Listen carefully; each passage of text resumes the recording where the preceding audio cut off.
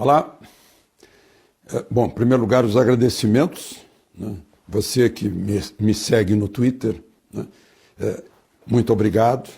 Nós estamos alcançando 1.500.000 seguidores no Twitter. Muito obrigado, meu abraço apertado. Bom, você deve estar notando que eu estou todo engravatado de novo, né? Eu vim da posse de um amigo, o general Luiz Ramos, amigo de longa data, e eu quero fazer essa ressalva, né? Eu vou falar daqui a pouco sobre um amigo. Agora, quero citar o presidente Figueiredo, que quando eu pedi entrevista para ele, na TV Manchete, o porta-voz Carlos Átila me disse que argumentou com ele para ele aceitar o meu pedido de entrevista, que eu era amigo. E ele respondeu no maior elogio que eu já recebi na vida de jornalista. Ele disse, ele é meu amigo, mas antes de ser amigo, ele é jornalista. E foi a entrevista que se notabilizou pelo quero que me esqueçam. Bom, então vamos lá ao assunto de hoje. Eu fui à posse do general Luiz Ramos, que agora é o negociador do governo no Congresso. Eu fiquei impressionado com as palavras dele, foram curtas, mas muito, muito interessantes. Ele disse que muita gente está ligando, que o cargo vai ser espinhoso, que vai ser uma tarefa muito difícil, e ele argumenta que não, que é um presente que ele ganhou do presidente Bolsonaro. Porque com isso, segundo palavras dele, eu volto à casa do povo, que ele frequentou por muito tempo como assessor parlamentar representante do Exército Brasileiro. Ele conheceu todo mundo, ele tem um temperamento muito aberto, muito cordial, muito fraterno, né? E lá no discurso ele falou na querência amada do Rio Grande do Sul, né? Na terra dele, que é Rio de Janeiro, no Caicó do Nordeste, que é a origem da família, né? Na Amazônia que ele frequentou. Ele não é só paraquedista, ele é forças especiais, já serviu em Israel, no Haiti, em várias situações muito difíceis e, sobretudo, no Congresso Nacional. O Palácio do Planalto estava cheio de políticos. E depois a gente foi para o gabinete dele, a turma dele, de 1979, me adotou, né? Alguns chamavam de patrono, né? Tiramos uma foto juntas, eu inclusive fazendo teste para os meus joelhos, né? Enfim, foi um momento muito grato, principalmente porque é a turma de 79, né? O presidente Bolsonaro, lá na solenidade, repetiu aquele argumento dele de que a pessoa tem a idade da mulher amada, né? Eu, com isso, já tenho 20 anos a menos. Agora, eu sendo da turma de 79, eu tenho outros 20 anos a menos. Então, rejuvenesci bastante.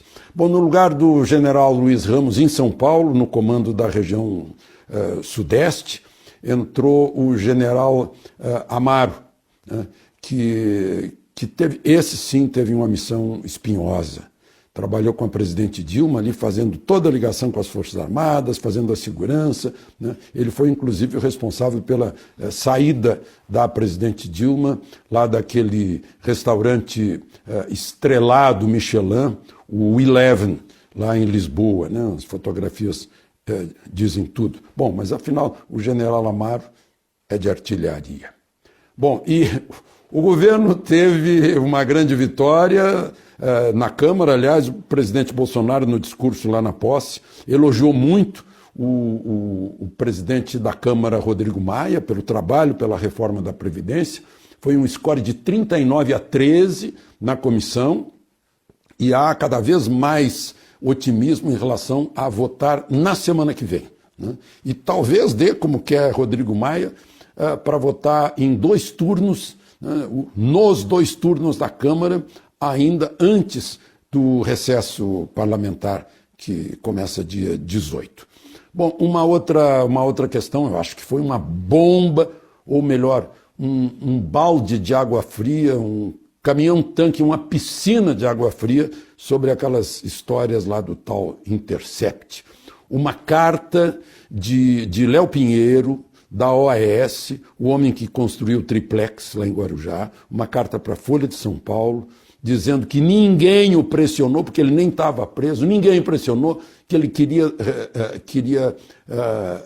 devolver a verdade à opinião pública quando fez a colaboração premiada com a Justiça e reafirmou que o apartamento não estava à venda, porque sempre foi de Lula, né? Inclusive Lula e sua família pediram mais um quarto, pediram reformas na piscina, né? E que o apartamento é originário de propina paga pela OAS ao PT por negociatas na Petrobras. Tá muito claro isso na carta, então não resta nenhuma dúvida depois disso, né? Aliás, o juiz que substituiu o Sérgio Moro está se preparando para, talvez na semana que vem, dar a sentença de mais um caso em que Lula é réu, que é o apartamento que fica na frente, no mesmo nível do dele, em São Bernardo, né? E mais a colaboração das empreiteiras para o Instituto Lula. Eu gostaria de lembrar também uma visita que o presidente Bolsonaro fez pelo 4 de julho, dia da independência dos Estados Unidos, à Embaixada Americana, acompanhado de ministros, né? Estava lá o ministro da Ciência e Tecnologia, acho que estava o ministro da Defesa também, ministro Sérgio Moro, o ministro das Relações Exteriores, é claro, né? Reforçando uma amizade tradicional que agora está mais forte do que nunca, né? Com todos esses encontros, elogios dos dois presidentes, né? É muito bom, é muito boa essa união a um mercado como é o mercado americano, a importância que tem os Estados Unidos no mundo, né? A força que tem os Estados Unidos. Foi uma presença marcante essa na comemoração do 4 de julho. Uma outra questão que eu queria falar hoje é sobre. Isso é um alerta para as pessoas. O Banco Central está mostrando que só neste primeiro semestre recebeu, imagina a quantidade de notas que estão circulando por aí, falsas 102.070 notas de 100 e 48.724 notas de 50. Então, para a gente abrir o olho, né, na hora de receber dinheiro, infelizmente, as pessoas, nós nos orgulhamos muito do nosso país, mas eu acho que o período de enfraquecimento das leis, dos valores morais, deixou marcas muito grandes nesse país que vão demorar a serem corrigidas, né? Feridas que vão demorar a cicatrizar, né? São os homicídios, os assaltos, a picaretagem, a corrupção desenfreada e generalizada que dava exemplo para os menores. Isso é um peso muito grande que se carrega, né, depois de um período em que se pregou, inclusive, a desunião dos brasileiros, separando brancos e negros e índios, mulheres, homens, até por preferências sexuais, que são uma questão íntima de cada um, não tem nada que ver, né?